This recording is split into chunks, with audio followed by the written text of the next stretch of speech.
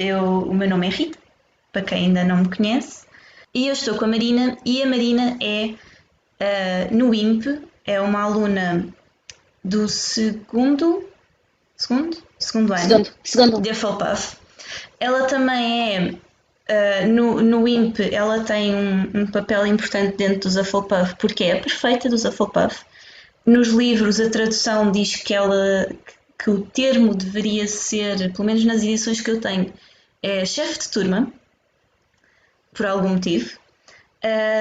Esqueci de mencionar também que no primeiro live a Sandra, que estava connosco, é a head girl nos eventos do IMP, e a tradução é delegada de turma. O que isto quer dizer é que se nós precisarmos de alguma coisa, de meter a ordem ou de andar de um lado para o outro e precisamos que alguém tome conta do grupo, pedimos às pessoas que têm estes cargos. A Marina, na vida real, é enfermeira, portanto, ela tira um bocadinho do seu tempo para estar aqui connosco. Hoje vamos falar sobre o livro Harry Potter e o Prisioneiro de Azkaban. E Marina, agora para começar, diz-nos porque é que este é o teu livro preferido. A logo é boa. É assim, foi um livro que eu achei que, pelo menos para mim, aliás, tudo o que eu disser é simplesmente a minha opinião, marcou-me muito porque acho que foi a redefinição da história, se eu me faço entender. Ou seja, é um livro um filme, onde, pronto, o foco continua a ser o Harry, claro, e o Ron e a Hermione, mas o foco acaba por ir um bocadinho também ao passado. Acabamos por perceber realmente um bocadinho de quem era o pai do Harry, quem era a mãe dele, pelas pessoas com quem eles se davam, neste caso, os Marauders. É um livro que também toca num tema, a questão dos Dementors toca num tema que provavelmente vai ser aqui discutido mais à frente, mas que também me toca, pronto, a mim pessoalmente bastante. E acho que há a introdução da personagem do Sirius Black, que sempre foi a minha personagem preferida ao longo de toda a saga. Ou seja, vamos ter um mix de várias coisas, mas especialmente é um livro que para mim tem muito, não é dos maiores, mas tem muito sumo, tem muita coisa, tem muitas camadas e é muito por aí. Já agora, porque é que o Sirius é a tua personagem preferida?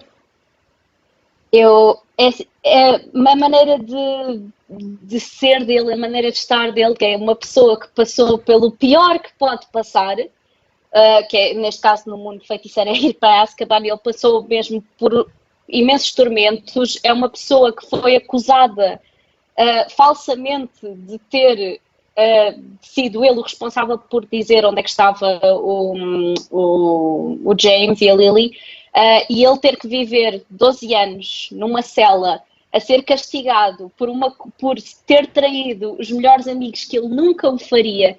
E no final de contas, pronto, é o que ele é aquela coisa, é o amigo incrivelmente leal, é uma pessoa que tem uma força espetacular, ele tem imensa força, é uma pessoa, ele é forte, é uma pessoa forte, mas é muito difícil. Eu acredito que aqueles 12 anos em Azkaban tenham sido horríveis para ele, ter que levar diariamente com consequências de uma coisa tão grave, que para ele ainda mais grave seria. E eu aprecio muito esta força do Sirius, e sempre foi uma personagem que eu gostei muito. Okay. Tanto o Sirius como o Peter Pettigrew tiveram presos durante 12 anos, bem que em condições diferentes. O que é que achas que isso teve, que impacto é que isso teve nas personagens? É claro que nós não conhecemos muito bem as personagens antes, mas o que é que achas que mudou assim de grande passado esse tempo de confinamento? É assim, no caso do Sirius, ele amadureceu, entre aspas, não amadureceu, vamos dizer que ele foi criando cada vez mais raiva relativamente ao Peter Pettigrew, porque realmente quando ele sai da Azkaban, a cena dele ele é o responsável, ele é que tem que estar aqui. E acho que para o Sirius foi torturoso, foi incrivelmente torturoso, como eu já disse antes, e acho que para ele acabou por criar raiva, que fez um acumular de raiva. Para Peter, isto é uma questão mais complicada. É assim, ele, parecendo que não, o Animagus dele é um rato, e é isso que ele acaba por ser um bocado em termos de personalidade. Ele é um rato, ele literalmente, está muito associado à traição, não é? E não é só isso, é tipo, quando as coisas ficam complicadas, o que é que ele faz logo? Foge. Foge. É mesmo aquela personalidade de um rato, vamos dizer assim, alguém que acaba por dizer por medo, dizer onde é que estão o Lily e o James, por simples medo, e depois esconder-se. Ou seja, ele faz a asneira e depois esconde-se e depois foge e tenta. Ele basicamente o que ele quer é salvar-se a ele mesmo, é puros instintos entre aspas, de sobrevivência. Ele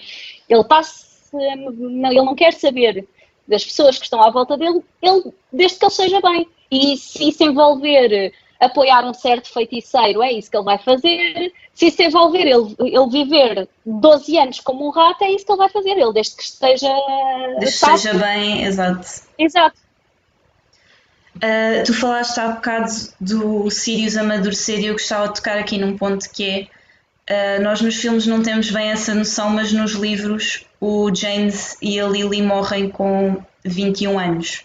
Ou seja, o Sirius ficou desde os 21, 22 preso por um crime que não cometeu. Porquê é que achas que nos filmes eles mudaram essa idade? Porque a ideia no livro é mesmo ser algo pesado, né? Será que foi só para tirar ligeireza à coisa? Achas que não foi de propósito, foi só conveniente?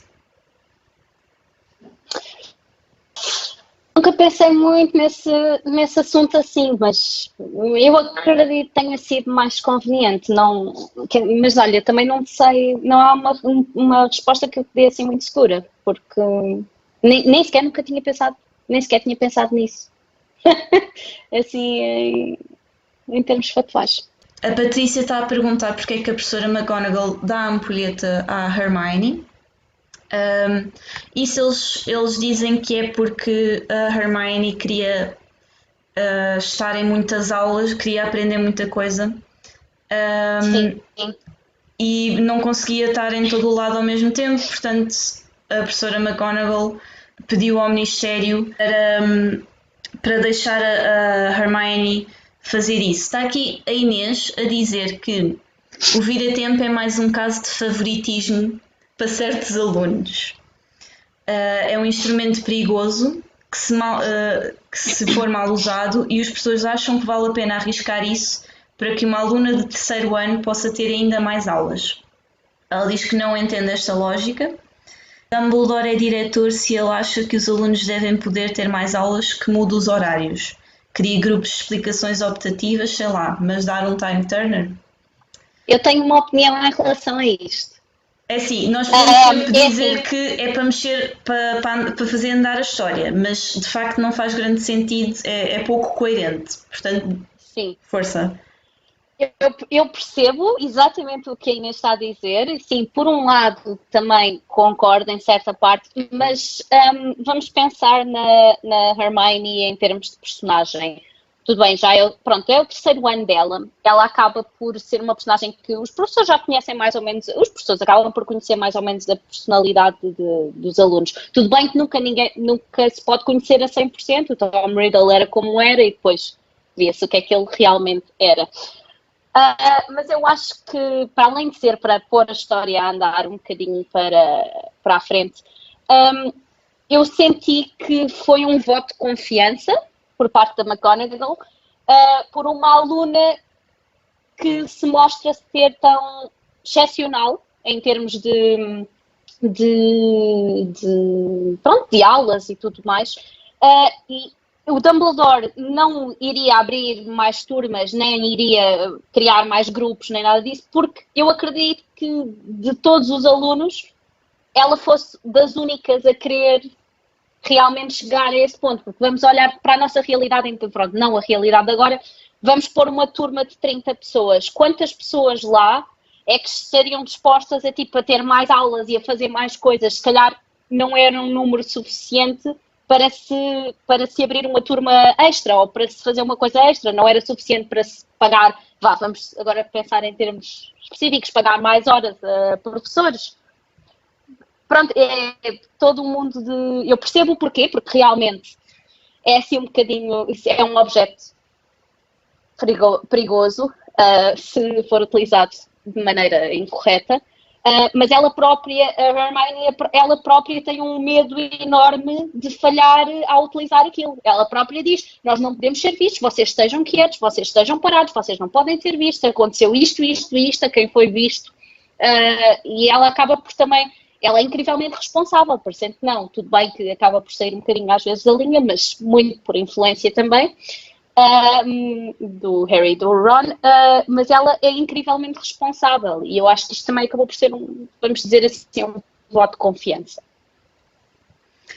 Nós vamos dizer, pensar, professores, mesmo os professores, ninguém é perfeito, toda a gente comete erros e é com os erros que ser. Sim, sim, concordo contigo. É assim, maioritariamente é um plot device e pronto, mas faz sentido aquilo que tu estás a dizer. Já agora, uma das questões que eu tinha era, não sei se tu gostas muito de outros filmes, livros e assim que tenham também time travel, mas tu, o que é que achas da maneira como é feito as viagens no tempo com os giratempos neste livro? Não noutros, neste especificamente. Como assim? Desculpa, reformula-me a pergunta. Ok, lá está, não sei se vês grande coisa de viagens no tempo, mas pronto, é que há viagens no tempo que é tipo, por exemplo, a da Marvel, eles começam numa linha temporal, mudam uma coisa e criam outra linha temporal. Aqui não, ou seja, aqui tudo o que já aconteceu, ou seja, tudo o que vai acontecer agora já está fixo porque eles fizeram, ou seja, eles só voltaram atrás porque já tinham voltado atrás. É fixo. Faz sentido? Sim, sim. Não sei, achas que é uma boa maneira de fazer as coisas ou era mais fácil tipo.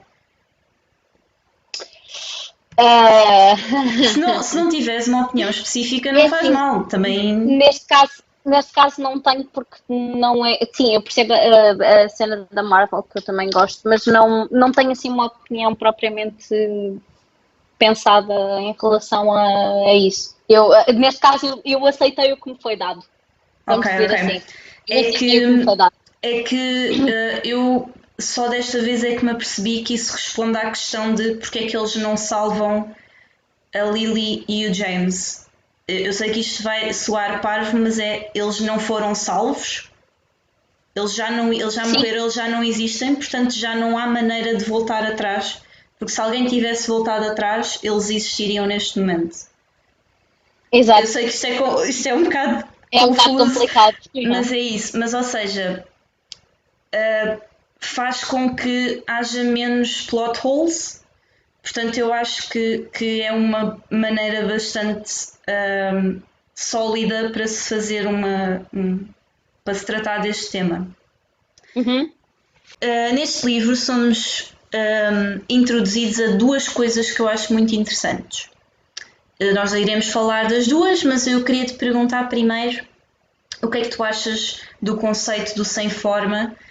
Se quiseres dizer, não precisas, mas se quiseres dizer qual seria o teu. Já agora as pessoas nos comentários também, se quiserem partilhar qual seria o seu, estão à vontade.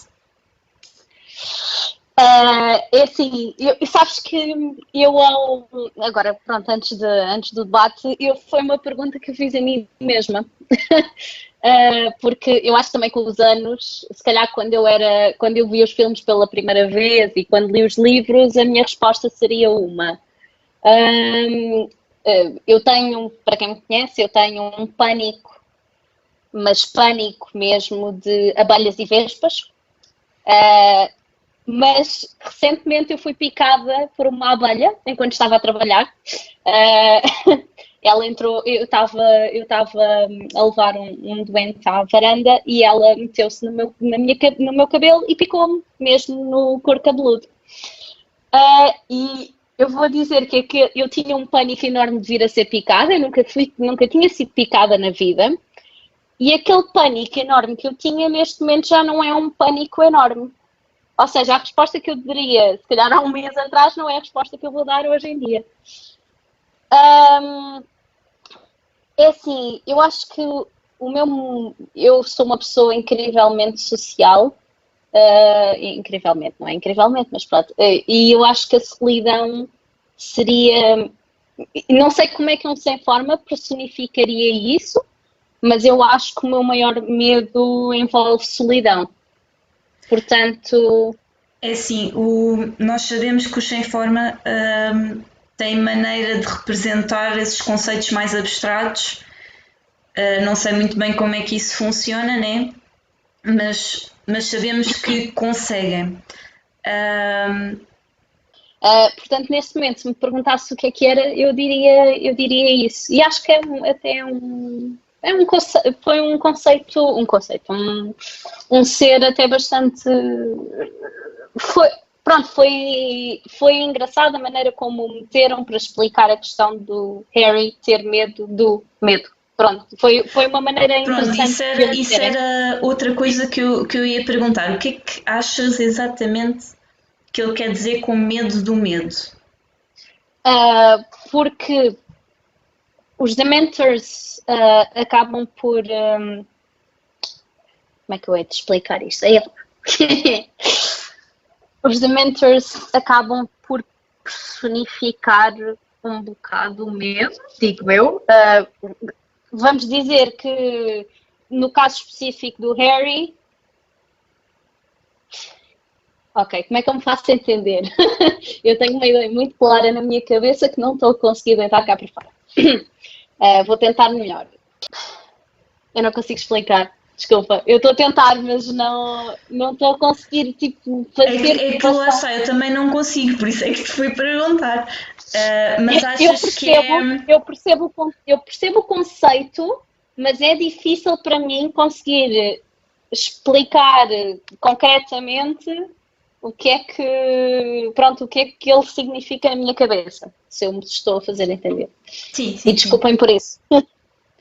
Não faz mal. Se alguém conseguir explicar por palavras, por favor, explique e nós reproduzimos aqui no live.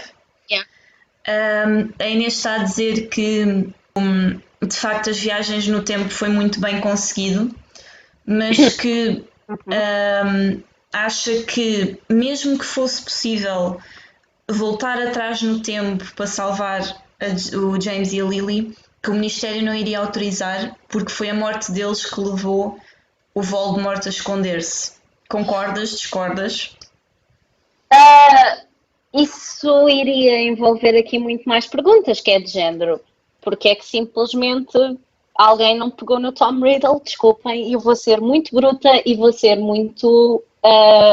Desculpem, eu não quero ferir suscetibilidades com o que eu vou dizer. Porque é que ninguém pegou no Tom Riddle e o mandou pelo esgoto abaixo? É a mesma questão. Porque aí, tipo, se formos questionar esses isses, então vamos ao raiz do problema. Vamos Sim, cortar o mal pela raiz. Mas é assim, temos que pensar no mundo. O mundo é feito de um equilíbrio e onde há bom, há o lado igualmente mau. Eu vejo muito isto assim, ou seja, há um filme qualquer que diz isto mesmo assim, é que por 50 pessoas boas vão haver 50 pessoas más. Isto funciona em equilíbrio, ou seja, se não fosse o Voldemort, se não fosse o Tom Riddle, ia ser o Zé da esquina. Há alguém, vamos dizer, ou seja, é muitos isses que não existem, é assim, porque muito antes de salvar o James e a Lily, o que uma pessoa pensaria era, vou cortar o mal pela raiz com o Tom Riddle. Nós já sabemos que é ele que vai causar isto tudo, então era logo a primeira ação e logo por aí as coisas iriam acontecer de outra forma. Mas se não houvesse o Tom Riddle, havia, lá está, o Zé da esquina, que provavelmente iria fazer mais, não o mesmo, se calhar, mas alguma coisa semelhante ou ainda pior. Pronto, para ninguém ficar muito deprimido com o que tu estás a dizer, vamos Peço também desculpa. relembrar que para cada Tom Riddle há um Harry Potter. E é esses que valem a pena nós focarmos. Agora, É assim, isso. um lado mais feliz da coisa. É isso, e o bom, e pronto, isso é a coisa que nós sabemos, é que em grande maioria dos casos, então nos filmes e nos livros e etc., o bom acaba por prevalecer acima do mal. Vamos meter as coisas assim. E é verdade, peço desculpa, não quis. Não, tiveste excelente. Era só para chamar isso também a atenção. Temos aqui o Fábio a dizer que se calhar o facto dos Dementors afetarem tanto o Harry é porque afetam a parte do Voldemort dentro do Harry, visto que o Harry não tinha exatamente como saber o que é que se passou naquela noite, visto que era um bebê. Pronto, Sim, mas é assim, nós não temos memórias, mas eu vou agora puxar-me aqui à minha parte pessoal. Eu tinha uma avó que faleceu quando eu tinha 2 anos. E eu não tenho grandes memórias dela, mas eu lembro-me da voz dela. E eu tenho, hoje em dia, 25 anos. Portanto, pois era isso. a memória não é bem assim. Os bebés têm muito mais, chamemos-lhe atividade, do que aquilo que nós lhes damos crédito normalmente. Portanto, eu acho que o Harry de facto se lembrava de ouvir aquilo. É claro que ele. É que nós, Mas espera aí, é só porque o Fábio também acrescenta que se ele se lembrasse, porque é que não vê os Thestrals antes? Ou seja, mas o que eu acho é. Os bebés lembram-se, mas não têm maneira de processar. de acessar essas memórias, era isso. Era por aí que eu ia. É tipo, nós, aliás, é conhecido que nós não utilizamos o 100% do nosso cérebro. Ou seja, provavelmente há muitas memórias que nós temos e nós nem nos lembramos delas até uma certa, porque também já me aconteceu, até acontecer uma certa coisa e o cérebro do nada vai buscar uma coisa que aconteceu há 20 anos atrás e do nada tu lembras-te como se fosse ontem de uma coisa que aconteceu há 20 anos atrás. Nós acabamos por armazenar muita coisa que não utilizamos. E o que eu acho é que o Dementor, ao estar pronto, na presença do Harry, acabou por fazer com que o cérebro dele entrasse em super reatividade e fosse buscar, vamos dizer, a memória, a coisa mais chocante ou mais forte que lhe aconteceu, que foi, neste caso, pronto, o sacrifício da mãe por ele e o perder os pais e ser o sobrevivente e aquela personagem que nós conhecemos. Sim, eu também acho que se calhar para ver um Thestral tu tens de estar ciente que assististe a uma morte, ou seja, um bebê de 2 anos simplesmente cresce a saber que os pais morreram, mas não está ali a pensar, não reage da mesma maneira como ver uma pessoa a morrer em adulto. Sim. Por isso é que se calhar ele não vê. O Afonso, desculpa, é que eu estou com os comentários aqui a Bernadette ao lado. Eu concordo plenamente. Mas eu concordo plenamente com o que o Afonso diz. Deixa-me só ler, que é para as pessoas também estarem a par. O Afonso é o professor-chefe de Ravenclaw nos eventos do IMP e ele diz que, na opinião dele, o Harry é alguém que quer defender acima de tudo os amigos e aqueles que ama. Portanto, se ele é alguém que sabe o que é ser corajoso, mas não da mesma forma que muitos são corajosos.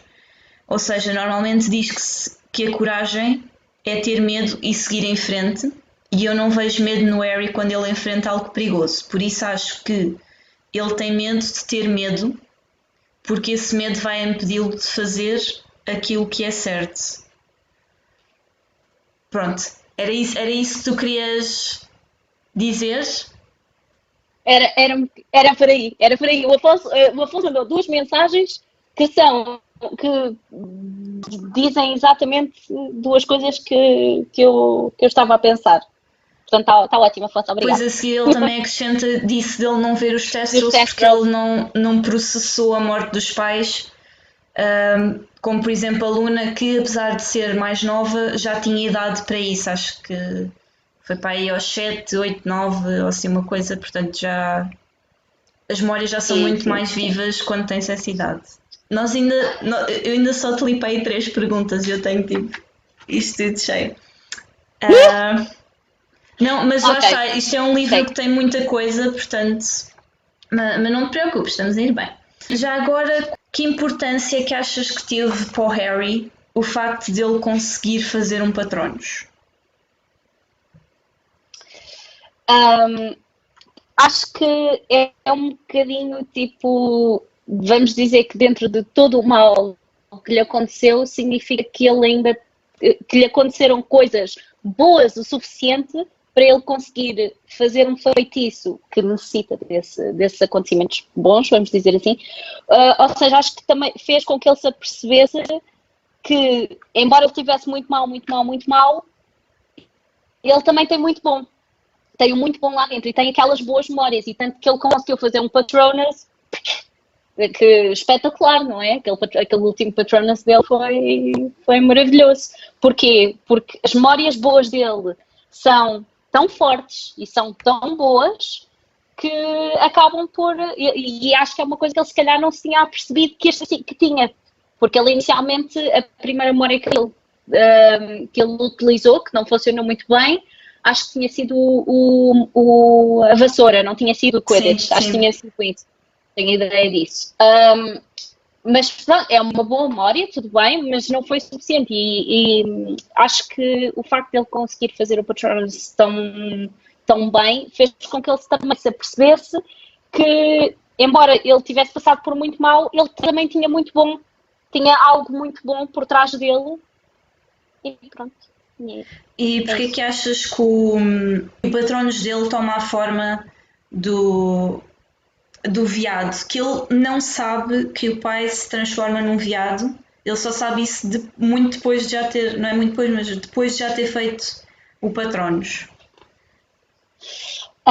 Eu sou sincera, eu não sei especificamente qual é a regra vamos dizer, de toma de forma de um Patronus, não é um conhecimento que eu tenha, mas acredito que seja pela semelhança entre ele e o pai em termos de, não digo moral, porque eles são diferentes, eles passaram por coisas diferentes, eles são pessoas diferentes, mas se calhar devido às semelhanças de personalidade genéticas que lá estariam. Não, mas não faço, eu sou sincera, eu não faço ideia, nunca me debrucei muito sobre o assunto, sobre porque o Patronus e uma certa pessoa ter aquele formato específico. Até, por acaso, eu gosto do meu Patronus, é incrivelmente comum, mas Porque te eu gosto calhou. muito dele. Eu sei que a maioria dos Hufflepuff tem cães, mas eu não tenho um cão, eu tenho um golfinho. Pronto, eu adoro Eu também, golfinhos. eu fiquei com um cão. Já agora, se o pessoal quiser dizer os seus patronos nos comentários estejam à vontade. Eu, por acaso, agora que tu estavas a falar, deu-me uma ideia. Achas que ele, ou seja, ele ouviu a alcunha do pai antes de fazer o Patronos? Ele achava que estava a ver o pai quando foi feito o Patronos? Achas que ele associou rapidamente e associou o conseguir fazer o Patronos ao pai? Ou uma coisa assim? Porquê que achas que ele pensou Não, que era o pai a fazer o Patronos? porque é assim, eu acho que se eu visse ao longe uma pessoa parecida comigo, vamos dizer, pronto, eu por acaso, eu sou parecida, não sou muito parecida com a minha mãe, mas vamos dizer que eu era a cara chapada da minha mãe, que toda a gente me dizia isso. Eu olhava lá para o fundo miúpe começou e via uma pessoa com as características, com um tipo bué parecido comigo, a fazer o Patronus. Eu, por mim, era assim que eu pensava. Miúpe também como sou e que não vejo nada, não é? Desculpem a franqueza. Era assim que eu pensaria. E eu acho que ele, inicialmente, ele não acreditou que era ele, porque primeiro ele nunca tinha feito um Patronus com a intensidade que aquele foi. E quando ele se apercebeu, eu acho que até foi quase uma descarga de adrenalina. O que ele teve foi tipo, ok, não vem ninguém, vou eu. É aquela coisa do, ok, onde é que está o meu pai? Onde é que está o meu pai? O meu pai não está aqui. O Sirius tem que ser salvo, eu tenho que salvar o Sirius. Até foi mais, acho que a Rita tinha sido muito mais pelo Sirius do que o salvar-me a mim mesmo. Neste caso, houve muito aquela cena, tipo, eu tenho que o salvar. E foi quase uma descarga de adrenalina, é assim que eu vejo. Pronto, a Inês farta-se de fazer bons pontos. E ela está a dizer, de facto, foi o que tu disseste um bocado no início, porque é que achavas porque é que este era o teu livro preferido, mas vou repetir só porque de facto é um bom ponto. Ela diz que esta é de facto uma das melhores histórias, se não mesmo a melhor, porque o Lupin é uma ótima nova personagem, um bom professor de defesa e dá a entender mais sobre o passado dos pais do Harry e dos amigos. Há um novo inimigo que não só o Voldemort, há um plot twist muito bom, há a introdução de novas criaturas como os Dementors, o Hipogrifo, o Hagrid como professor também é giro de ver. E depois lá está aquele final agridoce em que conseguem de facto libertar o Sirius, mas não conseguem prender o Pettigrew e o Harry não pode ir viver com o seu padrinho. Sim, desculpa. Bom comentário. O Afonso está a dizer que os patronos por vezes mudam para replicar os patronos daqueles que amamos, mas que acima de tudo os que nos inspiram e aqueles que respeitamos, tal como o Snape com a Lily e a Tonks com o Lupin. O Harry sempre teve orgulho no pai e é neste livro que tudo o que ele sempre acreditou lhe é confirmado pelo Lupin, pelo Sirius e até pelo próprio Peter. E isso reforça a ligação que ele tem com o pai. Ok. A Marta está a dizer que o Patronus dela é uma ratazana. Pronto, às vezes acontece. Lá está, nós não sabemos muito bem como é que funciona a escolha do Patronus, se é por personalidade, se é pela ligação à memória feliz, porque também pode ser isso, né? Por exemplo, o Ron tem, a Hermione tem um Patronus que é uma lontra e o Ron tem um Patronus que é um cão que caça lontras. Portanto, não sei se as memórias felizes deles respectivas não estão interligadas, não sei se é a personalidade, não sei. Não sabias dessa? Sabia, mas estou-me a rir. Ok, seguindo em frente. Estás-te a rir do Patronus do Ruben? Não, estava-me a rir É mesmo um do que estavas a arminho. Ok. Estava-me a rir mesmo do que estavas a dizer.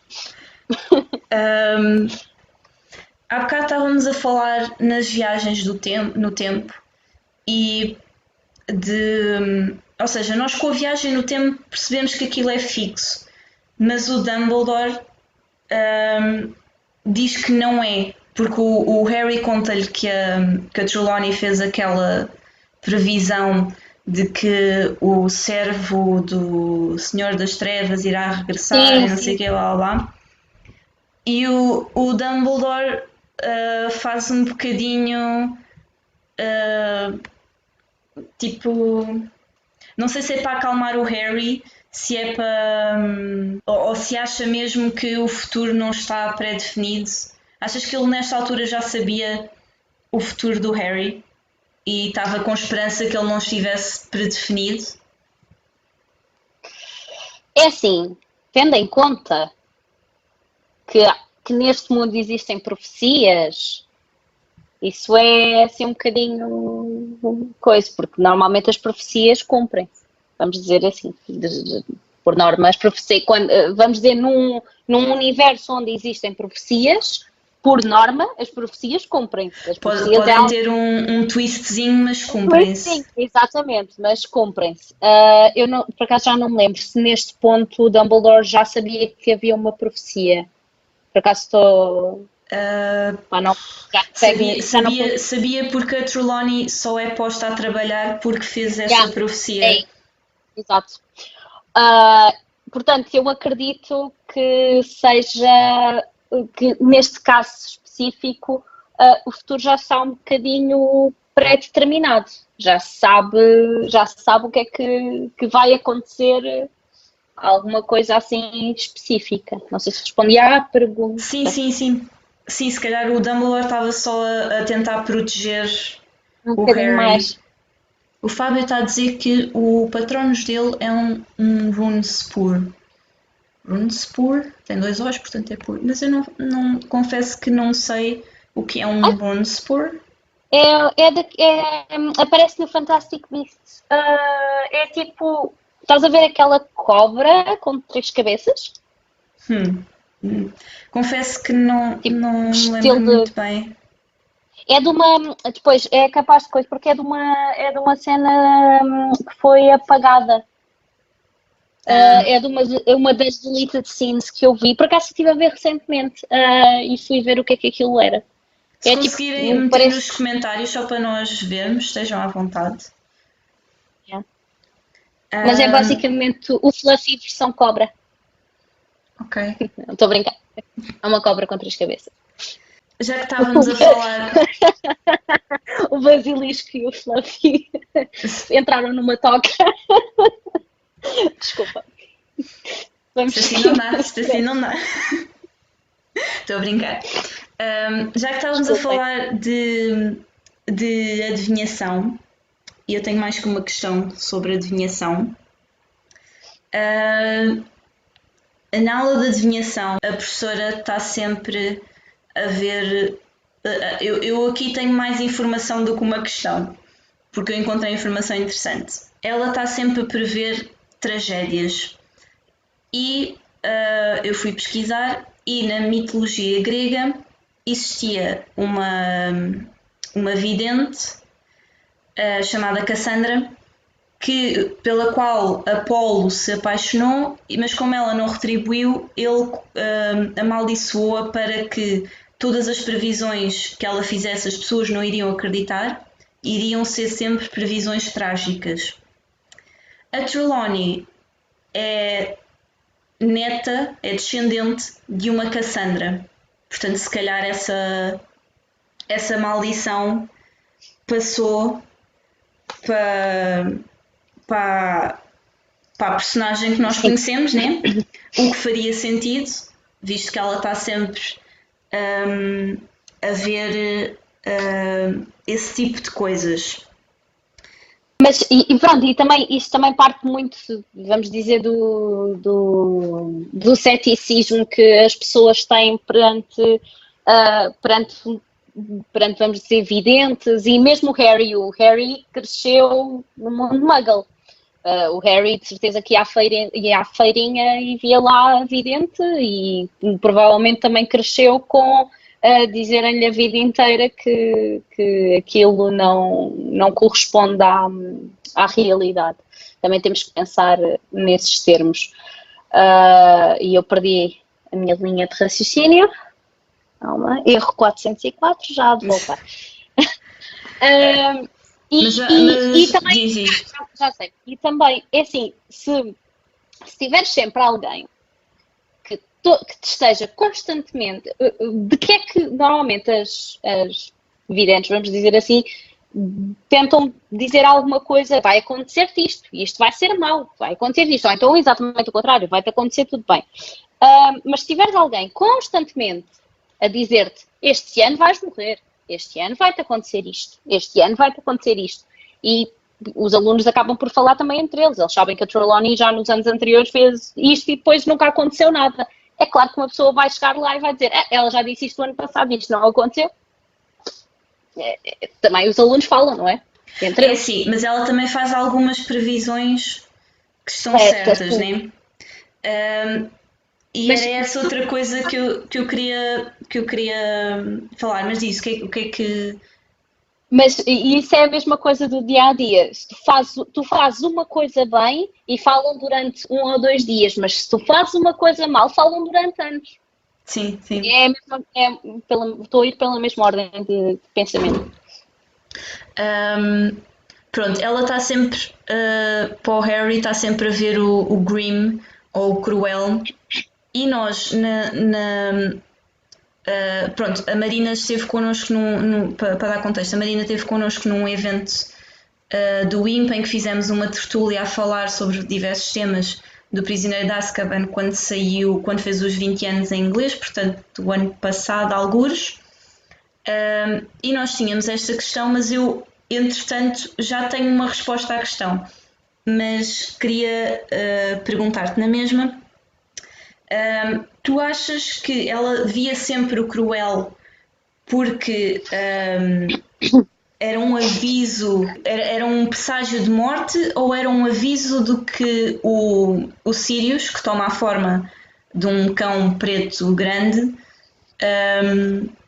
ou era um aviso que de facto o padrinho ia aparecer na vida dele? Eu vi mais isso, não, eu não o vi como um presságio de morte, eu vi como exatamente a cena de que o padrinho que, que estaria na ideia, vamos dizer, de maior parte das pessoas associada à morte, porque pronto, porque achava-se que ele tinha assassinado aquelas pessoas todas e que ele ia assassinar o Harry. Ou seja, a ideia que estava na altura ainda associada à personagem do Sirius era morte. Mas eu acredito que fosse mais um presságio de atenção que ele está por perto. Pronto, eu entretanto, há uns meses li um livro que não sei se tu já leste, mas é do Neil Gaiman. E tem uma história que fala de um black dog. E eu fui pesquisar um bocadinho sobre isso. Qual é o livro? Desculpa, É o se puderes dizer. Fragile. Não, é o. Ah, É um conjunto de histórias um bocadinho de terror. Pronto, ok. eu fui à pesquisa mais desse folclore do Black Dog e descobri que há diversas lendas, todas elas bastante no folclore inglês, mas há diversas, tipo imensas, a falar sobre cães pretos que são associados de facto a presságios de morte e ao diabo e isso tudo.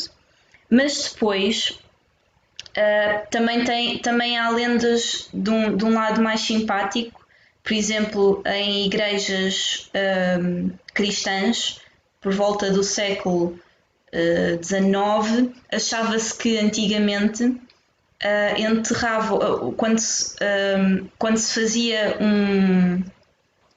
um cemitério, enterrava-se primeiro um cão no cemitério para que a sua alma guardasse o cemitério do diabo. Portanto, ele nem sempre é associado a uma coisa má, mas maioritariamente é associado à morte. No entanto, uma destas lendas fala de um cão chamado Padfoot, que é a alcunha de Sirius. Do Sirius. Portanto, ou seja, vai dar um bocado à mesma coisa. Ela de facto está a prever, de facto ela vê um presságio de morte, vê um Padfoot e vê o padrinho, ela vê tudo ao mesmo tempo. E eu achei isso engraçado e por isso é que queria mencionar. A Ana também está a dizer que podia muito provavelmente ser um presságio de morte, porque ele teria de morrer para matar a parte do Voldemort que vive dentro dele. Sim, também isso, Também. Os próprios centauros no primeiro livro já sabem que o Harry tem de morrer, portanto a Trelawney não é tão conhecedora da adivinhação como os centauros, mas não seria difícil ela chegar, se calhar, a essa conclusão. Também pode ter só tirado para o ar. Né? Já agora que estamos a falar de adivinhação, tu serias mais fã dessa magia chamada mais imprecisa ou das mais precisas, porque até num mundo mágico existe essa distinção entre as coisas mais científicas e as coisas mais. É assim, tendo em conta, eu tenho um cérebro bastante científico, vamos dizer assim, e eu seria um bocadinho tipo a Hermione nesses termos. Eu estaria mais virada para runas, muito mais virada para runas do que propriamente para a adivinhação. Não seria muito a minha cena. Não quer dizer que eu não tenha também um pensamento abstrato e não sei o quê, mas Sim, sim, sim, sim. em termos de estudar como estudante, não seria a minha cena de todo. E o que é que achas de haver mesmo assim esta distinção? Ou seja, porque seria de prever que no mundo da magia houvesse muito misticismo. Aliás, eu também encontrei uma entrevista de um cientista, de um biólogo, a dizer que não gostava do Harry Potter porque levava muito para o misticismo e pouco para o pensamento crítico. No entanto, o senhor diz que não leu o Harry Potter, portanto eu fico. Mas a Hermione é a prova de que de facto esse pensamento crítico não deixa de existir, né? Portanto, não acho que seja propriamente um mau exemplo para quem leia. Mas o que é que achas de haver na mesma esse. Somos humanos, vai haver sempre maneiras diferentes de pensar, seja no mundo mágico, seja no mundo humano. Somos todos diferentes e vai haver sempre maneiras diferentes de pensar. Não é por ser um mundo mágico que isso vai alterar. No fundo, somos humanos, feiticeiros ou não, somos humanos e faz parte da nossa condição humana. Pronto, agora eu vou passar a uma pergunta de facto um bocado mais séria, que é o que é que tu achas do conceito da prisão de Azkaban? Em termos um bocado de direitos humanos.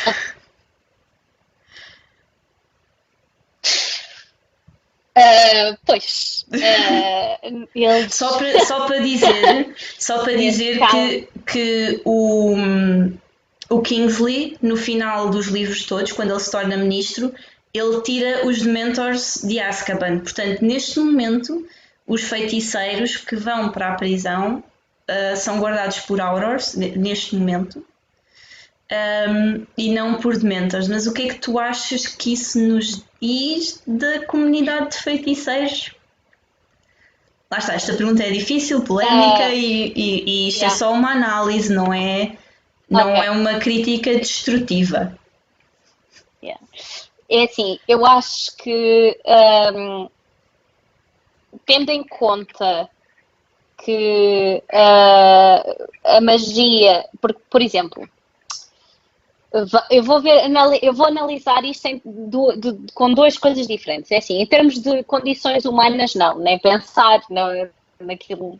Não tinha condições humanas nenhumas, aquilo era completamente inumano. É literalmente tortura até à loucura ou tortura até à morte. Mas depois, ao mesmo tempo, temos que pensar que os presos que lá estão não são os presos que nós temos aqui, são presos que têm meios de, numa prisão perfeitamente normal, fugir.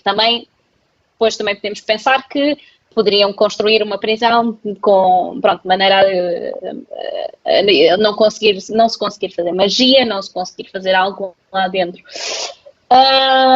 Mas eu também, é assim, vamos pensar em termos de história da magia do nosso conhecimento, assim, dos tempos mais, entre aspas, recentes, tens dois feiticeiros, eles já tens dois feiticeiros muito maus, e depois tens os seguidores desses feiticeiros muito maus.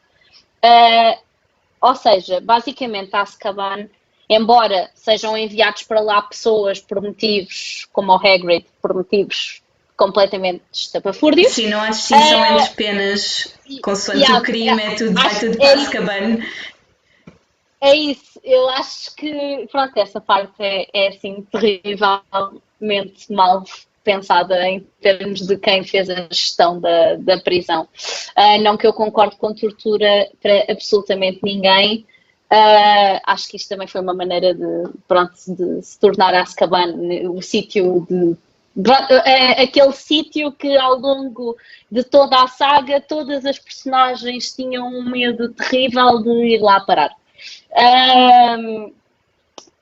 É assim, pronto, eu não tenho assim nada muito concreto para dizer em relação a isso, porque é isso, é assim, eu não concordo de todo com a tortura, com a questão da tortura. A tortura, eu quando falo da tortura estou a falar dos Dementors, atenção. Sim, sim, Quando eu sim, estou a falar sim. da tortura é isso especificamente, ou seja, é tipo, literalmente estás a torturar psicologicamente uma pessoa até coisa. Infelizmente, pronto, eu não vou falar em negativismos, se calhar passamos à próxima pergunta. Que eu ia entrar por um caminho que não quero entrar. Tá bem, Mas eu vou saltar as questões de mentors. não, podes falar das questões dos Dementors, a questão não é por aí, é que eu também não quero ferir suscetibilidades para ninguém, sinceramente, porque Eu não te fazia a pergunta se não achasse que não valesse a pena discuti-la, né? ok, não, é isso. Ah, a Marta está a dizer qualquer coisa. Ela está a responder ao Fábio que diz que Azkaban foi casa de Ok, um feiticeiro das trevas.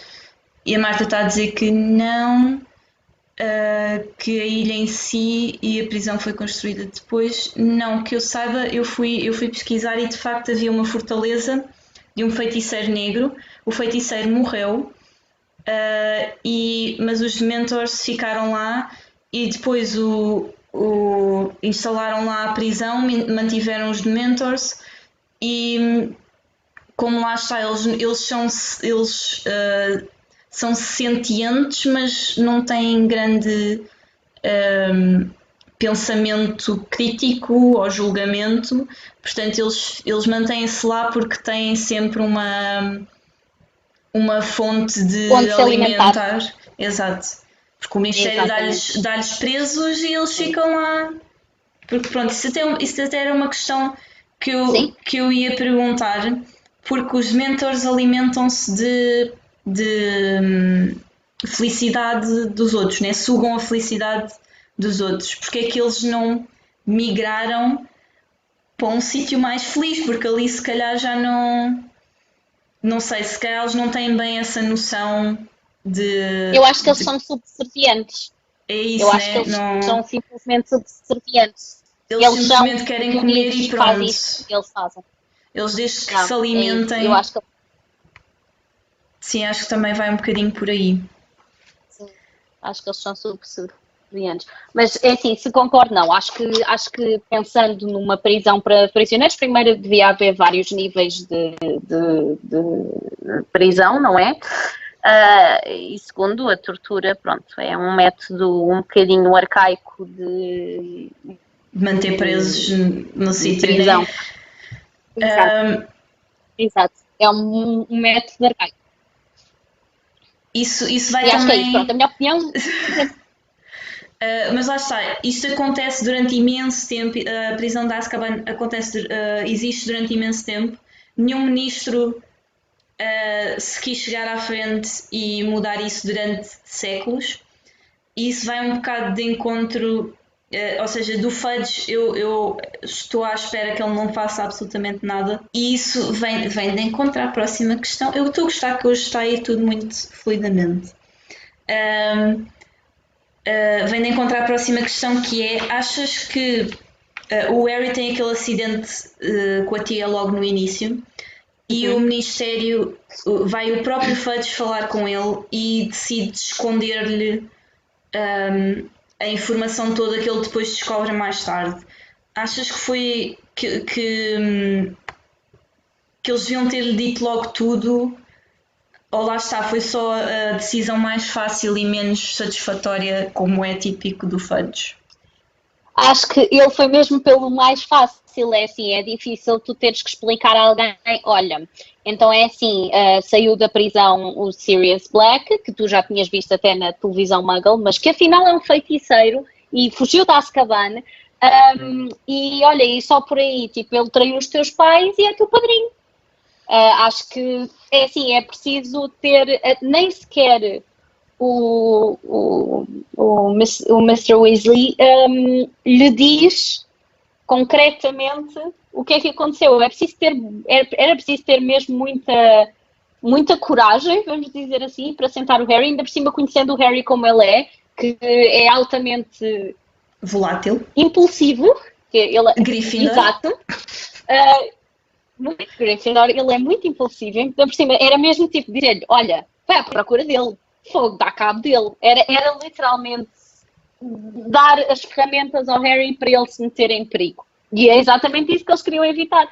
Tanto que o Mr. Weasley o que ele diz é, não importa o que tu ouvires, promete-me que não vais atrás dele. Porque ele já estava inclusivamente a calcular que ele de alguma maneira ia descobrir, porque a verdade vem sempre ao de cima, não é? Acho que é por aí. Eu posso comentar aqui uma coisa.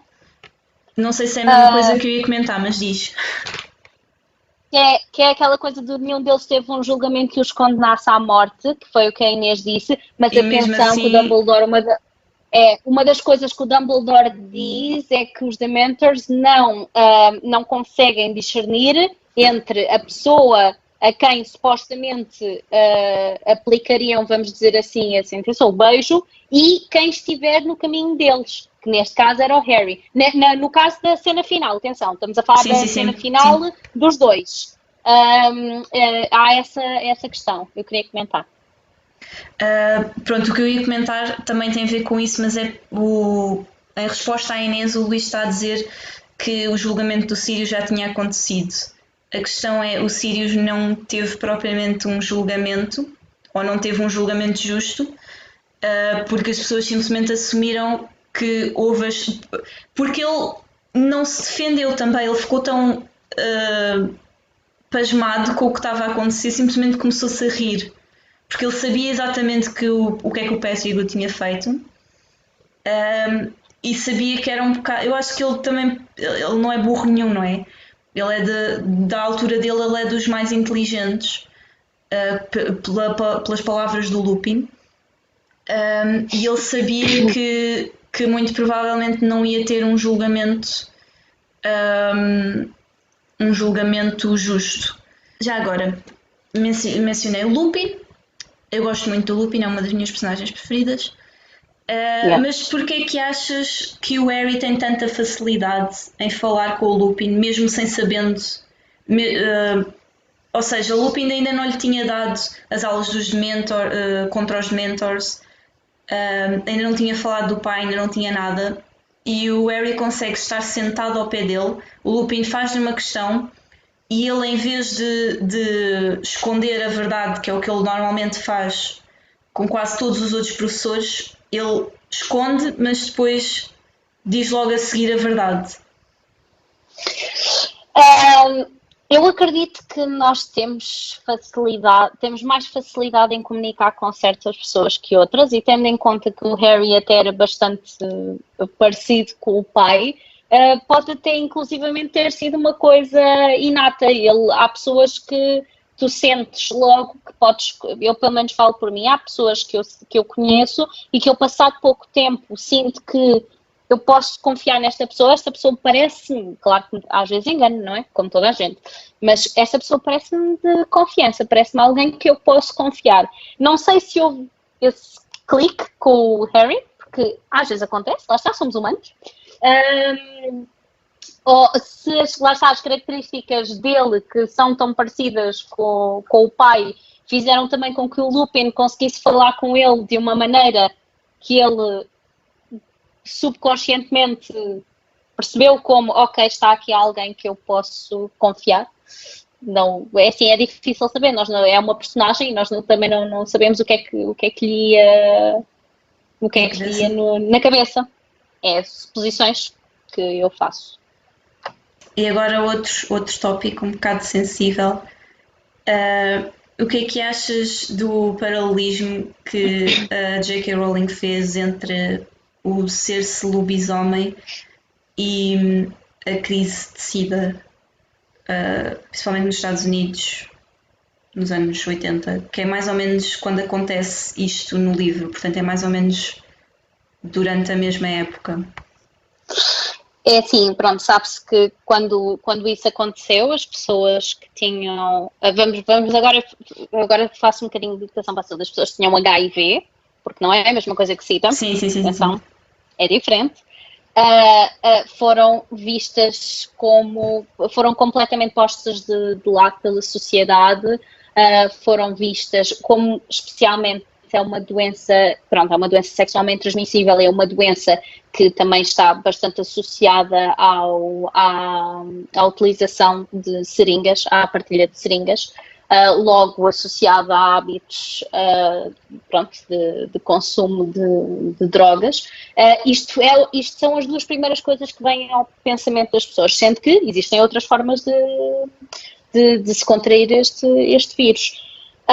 E realmente estas pessoas na altura, quando não se percebe muito uma coisa, quando vamos dizer assim, quando as pessoas não percebem muito um tema, acabam por fazer uma maior discriminação.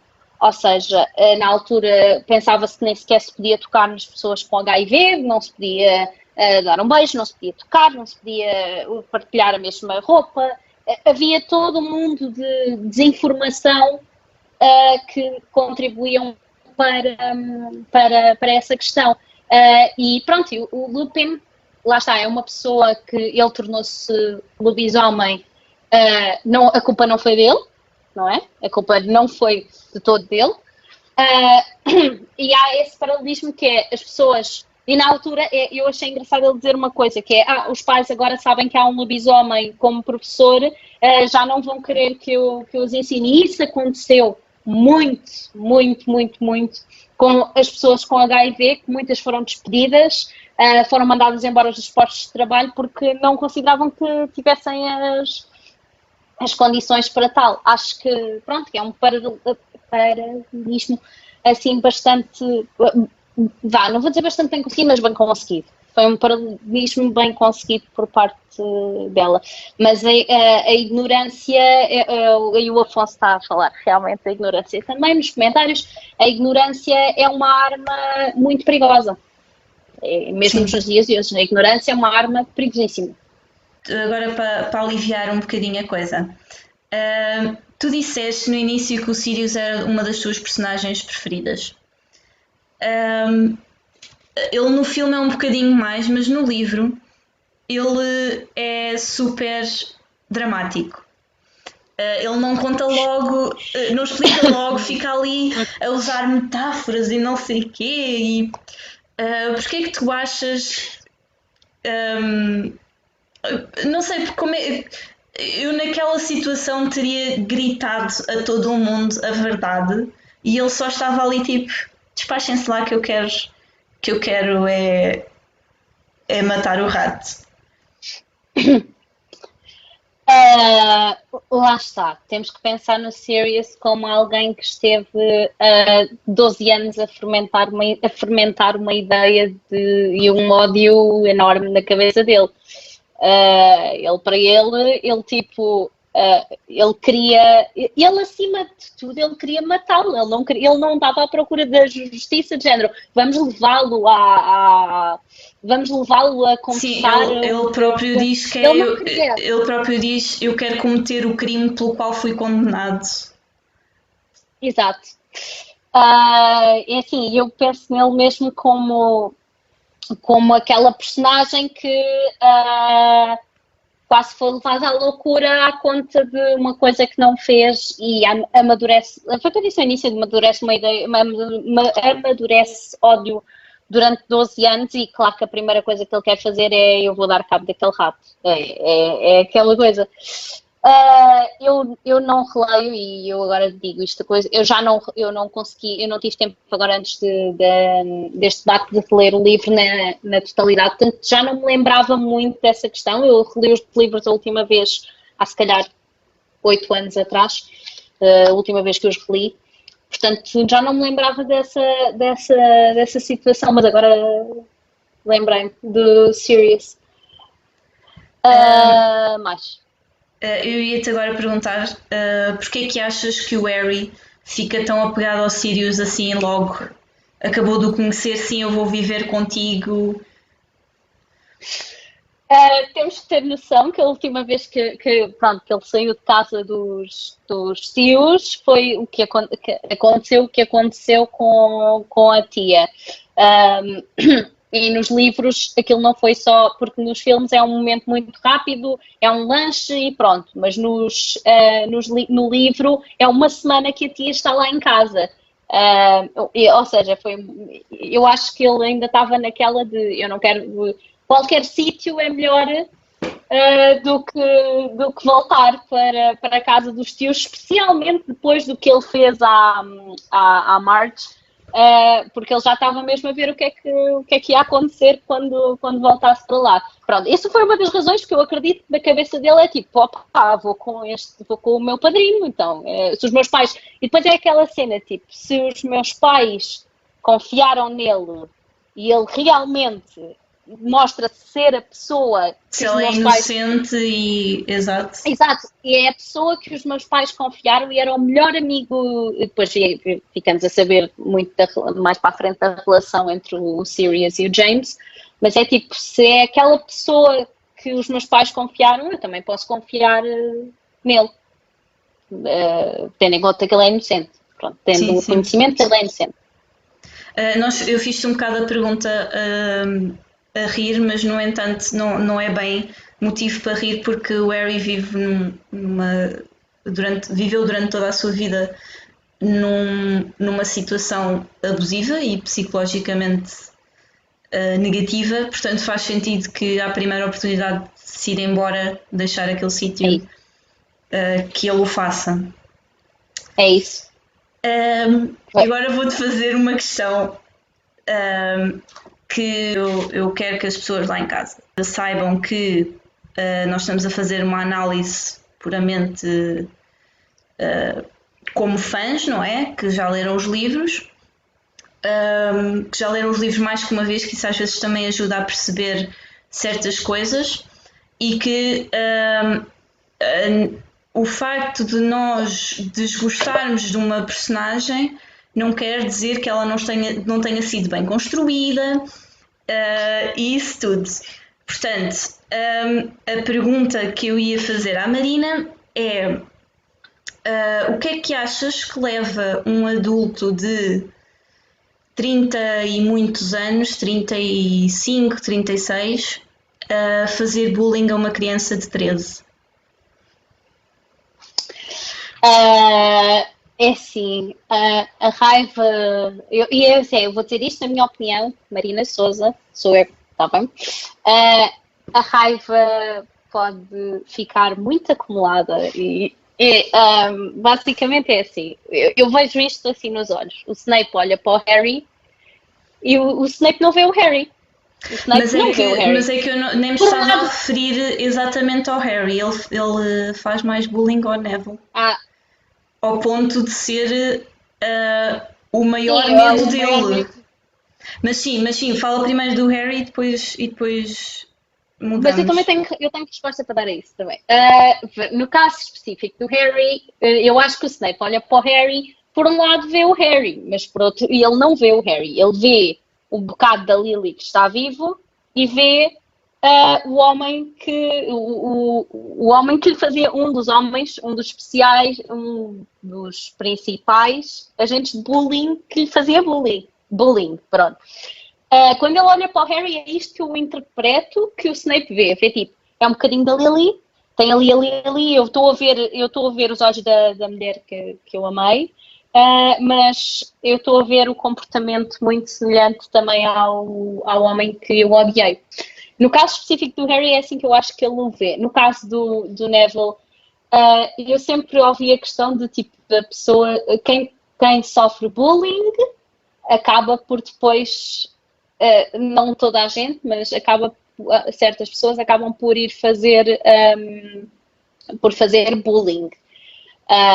Não toda a gente, lá está, mas algumas pessoas. E no caso do Neville, o Neville nesta altura é um alvo fácil. O Neville é um alvo super fácil, é alguém que ele sabe que não se vai revoltar, ou pelo menos que acha que não se vai revoltar. É alguém que também já sofreu bastante, mas que ele está-se completamente a lixar para isso. Ele vê o Neville como. O Neville é um alvo fácil. O Neville é um alvo fácil, é alguém que ele já conhece a personalidade, já está no terceiro ano, lá está, já é aquela questão de ele já conhecerem minimamente os alunos. É um alvo muito fácil. E é Mas por aí. achas que o Dumbledore devia ter feito alguma coisa? Alguém devia ter feito alguma coisa? Não havia nada Claro, que se pudesse fazer? claro que sim, mas é assim, e tal como no bullying que existe nas escolas, para uma entidade superior saber, alguém lhe tem que dizer. Eu não tenho ideia do Snape alguma vez fazer bullying ao Longbottom à frente dos outros professores, por exemplo. Não tenho Mas, ideia disso acontecer. mas o Bogart Tu, dele transforma-se à frente do Lupin e toda a gente sabe que se transformou no Snape, ou seja, toda a gente na escola ficou a saber que o pior medo de um miúdo de 13 anos que teve os pais levados à loucura por uma maldição de tortura feito por devoradores da morte é um professor. sim. Ok, mas o Lupin sabe esse contexto. As outras pessoas à volta não, pronto, sem ser o próprio Neville, ah, não sabem. O Lupin sabe esse Mas o contexto. Dumbledore sabe. Mas eu acho que o Lupin. Mas o Dumbledore, e agora me vem a minha questão, o Dumbledore soube que o Bogart dele se transformou no Snape? Eu Chegou-lhe essa assumo, informação? eu assumo que se toda a gente na escola, todos os miúdos da escola, se estão a falar de alguma coisa, isso chega aos ouvidos do Dumbledore. É claro que o Dumbledore também Sim, não podia mandar fora o Snape porque ele é um espião precioso, né? Mas, epá, não sim. sei. Pronto, a Inês está a dizer que neste livro, para além do bullying aos alunos, ele também se porta muito mal com o próprio Lupin, porque ele faz de propósito para que os alunos se apercebam de que ele é um lobisomem. Ah, sim, mas isso é vingança pura, fogo. Sim, Aí sim. é óbvio, aí é vingança pura. É mesmo vingança, é tipo, lixaste-me quando eu era mais novo, agora vou dar cabo de ti. Ainda por cima porque é um cargo que o Snape ambiciona. Sim, Ele sim. está a ocupar um cargo que o Snape ambiciona. O Snape tem todos os motivos e mais alguns para o mandar dali para fora, por mais bom professor que o Lupin seja. Um, queria referir duas coisas que nós já falámos e eu, entretanto, esqueci-me de mencionar. Uma delas tem relação com o que tínhamos acabado de dizer, que eu queria mencionar que eu gosto muito do Neville e para quem tem dúvidas de que o Neville é uma pessoa corajosa, ele durante anos enfrentou o seu pior medo. Ele nunca deixou de ir às aulas de poções, sendo o seu pior medo, ou seja, ele está constantemente a decidir: eu vou enfrentar este medo, eu vou continuar a fazer, vou continuar a ir às aulas, né, que é aquilo que eu tenho de fazer, porque não há uma medo que há de impedir isso. Outra coisa que nós também mencionámos, tu estavas a dizer que basicamente muitas vezes quem sofre de bullying depois acaba por fazer bullying. As emoções negativas acabam por fazer com que tu próprio passes essas emoções negativas quando te acontece mal, continuas a fazer mal, ou seja, é tipo uma Não, cadeia. mas atenção que eu disse em alguns casos. Sim, Eu sim, sim, acrescentei isso era isso porque. que eu ia dizer, que é que principalmente nesta saga é importante ver que há de facto muitas personagens que sofrem muito mal e mesmo assim escolhem fazer o bem. Portanto, Exatamente.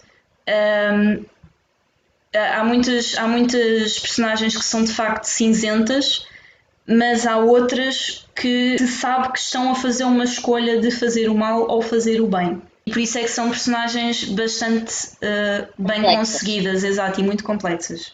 Tenho aqui uma que eu achei piada, estava ontem a acabar de ler, e o Harry está cheio daquela raiva de querer matar o Sirius enquanto não sabe a verdade, né?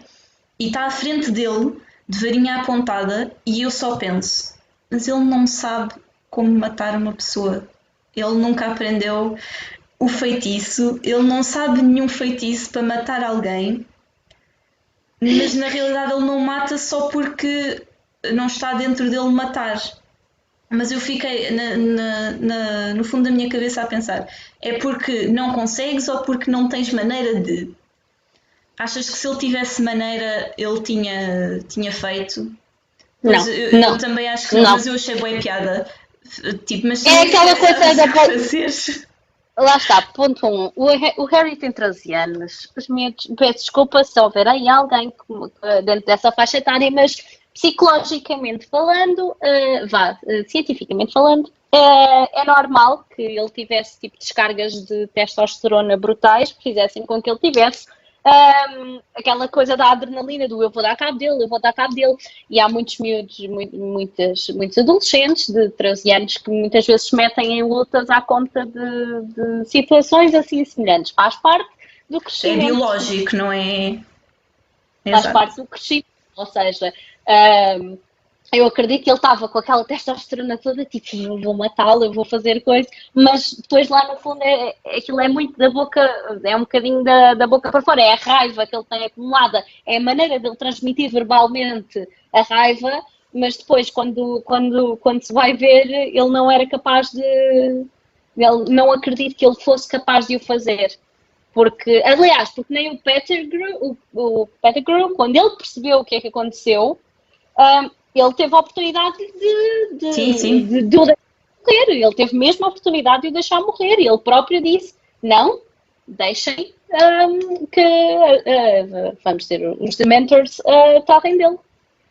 Porque foi aquela coisa, tipo, ele podia ter sido levado pelaquela raiva e por coisa e ter dito, vá, mata-o, dá cabo dele.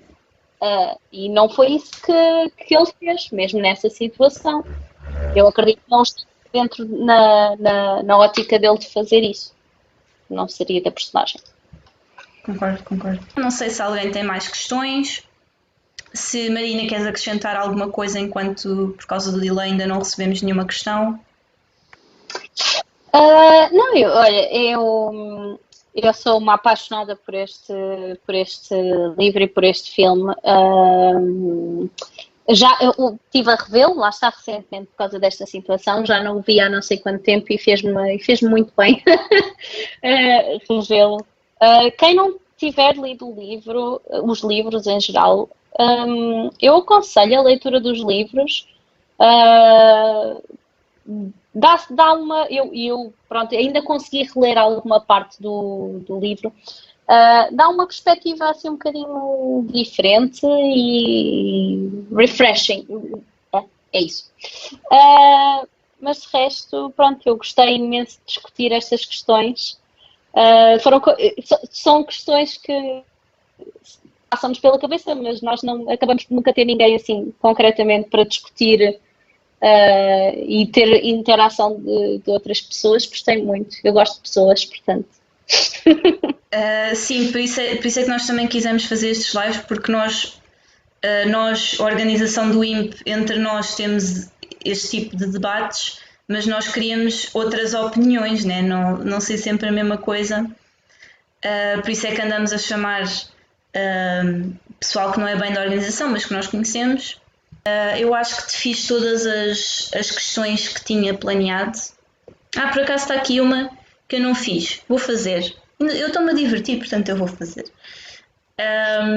O que é que tu achas da amizade do Crookshanks e do Sirius?